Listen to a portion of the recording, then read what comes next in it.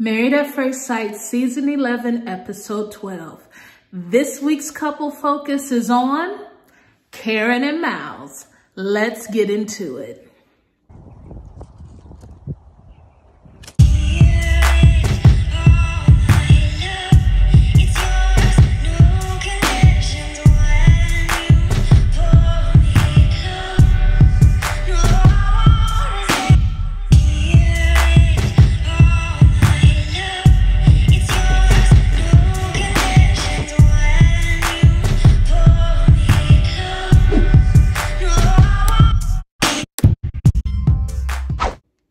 All right, guys, so we see that in episode 12, all of the couples made it to their 1-month anniversary. Some people are happy about it, some people are indifferent about it, and some people are not so happy about it. But today, on this week's couple focus, I want to talk about Karen and Miles. We saw them, in the park. On this episode, they also went and had lunch with Woody and Amani. We also saw them, Miles giving Karen a small anniversary gift.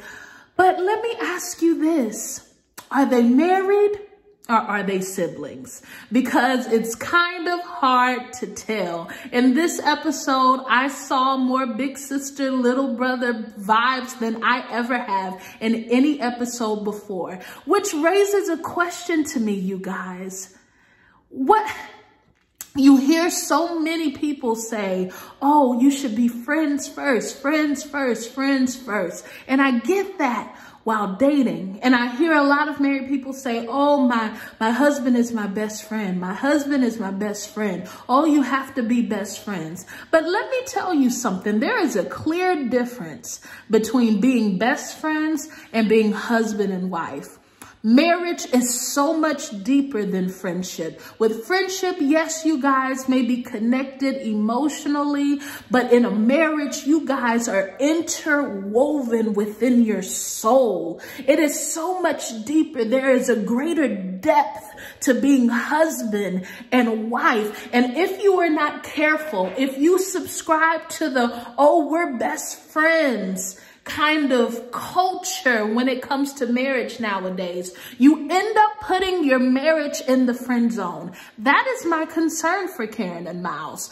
Are you guys going to put your marriage in the friend zone now that intimacy has been taken off of the table and it will not be discussed for the remainder of this time you guys have until decision day? Will you friend zone it? Because what it seems like to me, I don't know, guys. Comment down below and tell me what you think. And if you aren't subscribed to the Fruitful Family tree, go ahead and hit that subscribe button because I would love to have you a part of my family. But what it seemed like to me at the park, and they were swinging on the tire swing and they were playing Two Truths and a Lie. It didn't seem romantic. It did not seem like it was husband and wife playing some sweet game or having this sweet moment in the park. It really felt like a little brother pushing his big sis on the swing. And Karen just gives off such a, you are a child mentality towards Miles. And Miles has such a compromising spirit, especially when not speaking up about things that are really bothering him, which I know that he agreed to taking intimacy off the table. But really, what other choice did he have? You can't force Karen to do something she's not comfortable with. But what I would have appreciated if Miles would have taken the time to speak up and said, yes, I will take it off the table to respect you. But I want to let you know that it bothers me that as your husband, I am not able to have access to you like I would like. I think that that would have been the mature thing to do in that hour when Dr. Viviana posed it. So now I'm thinking, okay, even when he gave her the gift, he wrote her a sweet little note. Yes, it was cheesy, but we know that that's what Miles like, and I think that that's okay. I don't find any issue with that. But, you know, he said that he didn't have an example of Black love in his home. So he grew up watching, you know, iconic Black couples on TV, like Cliff and Claire and Sinclair and Overby and Martin and Gina and yada, yada, yada. And he said that he was hoping to have something similar with her, even though he knows that they are not TV show characters. You kind of are, but you guys have to live real life after the cameras are gone. But I mean, even her response to that, you guys, did you kind of see her face? It wasn't like oh my goodness, that was so sweet. Oh, that is so kind. No, we're not perfect, but you know, I am looking forward to building something with you. I mean, just her facial expressions to me, if I'm reading them correctly, if I am, just kind of said, thanks. Aren't you cute? Do you know what I'm saying? I mean, even seeing, you know, them sit on the couch and get counsel, it seems like Karen takes a big sister or even a motherly or nurturing role. And there is a danger with sending your marriage to the friend zone, because when it gets sent to the friend zone, and intimacy is not a vital part, then you guys are not able to spiritually take things to a deeper depth. Do you know what I'm saying? There is something very spiritual about intimacy that connects you guys. And I believe that's why the Bible says, you know, don't spend too much time not being intimate. The Bible says this. He says, unless you both have come to an agreement, you know, to take some time not to be intimate for fasting and prayer. Karen and Miles are not fasting and praying. And I know that she's doing this because she's not comfortable. But again, Karen, this is an accelerated pace.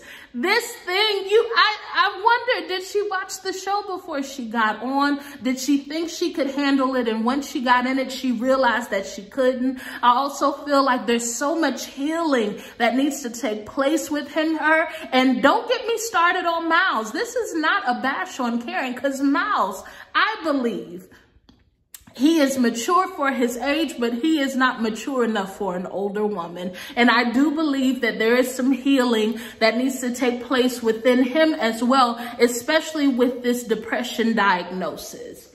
I feel like sometimes when you have a diagnosis like that, you need to take a few years to really get to the root of what this is, get used to whatever medications you may be on, learning what type of chemical, hormonal imbalances may be taking place. I don't think that he was ready for marriage. You know what I'm saying? Yes, I don't feel like he's immature. I think that he is mature for his age. But again, I repeat, I don't feel that he is mature to be with an older woman. I feel like he is mature enough to be married to someone in his age bracket, his own age, maybe someone a little bit younger. But that's just my take on it, guys. So if you are currently married and you have subscribed to my spouse being my best friend, I just ask you to be careful.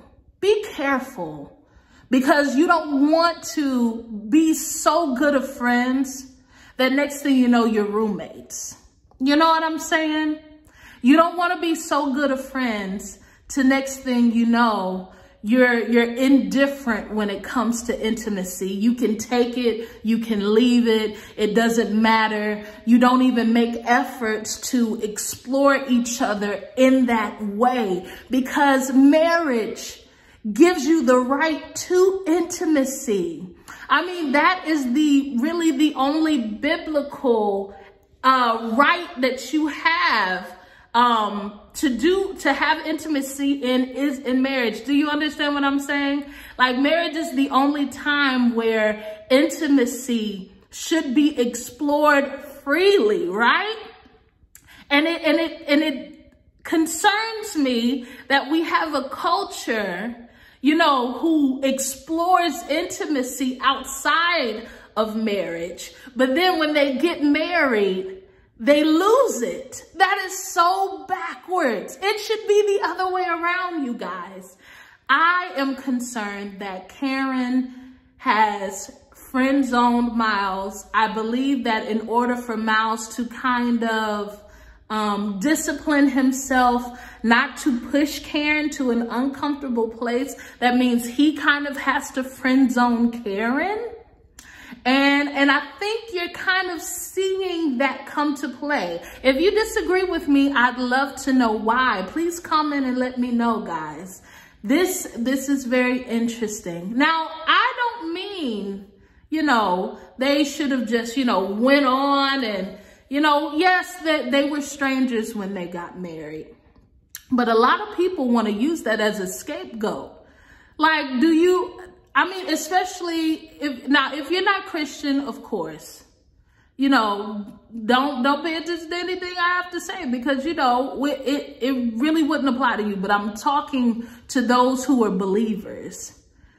You have to count up the cost when doing something like that. And Miles says that he is a believer. He says that he is a Christian. I really didn't hear Karen's faith, what her faith is.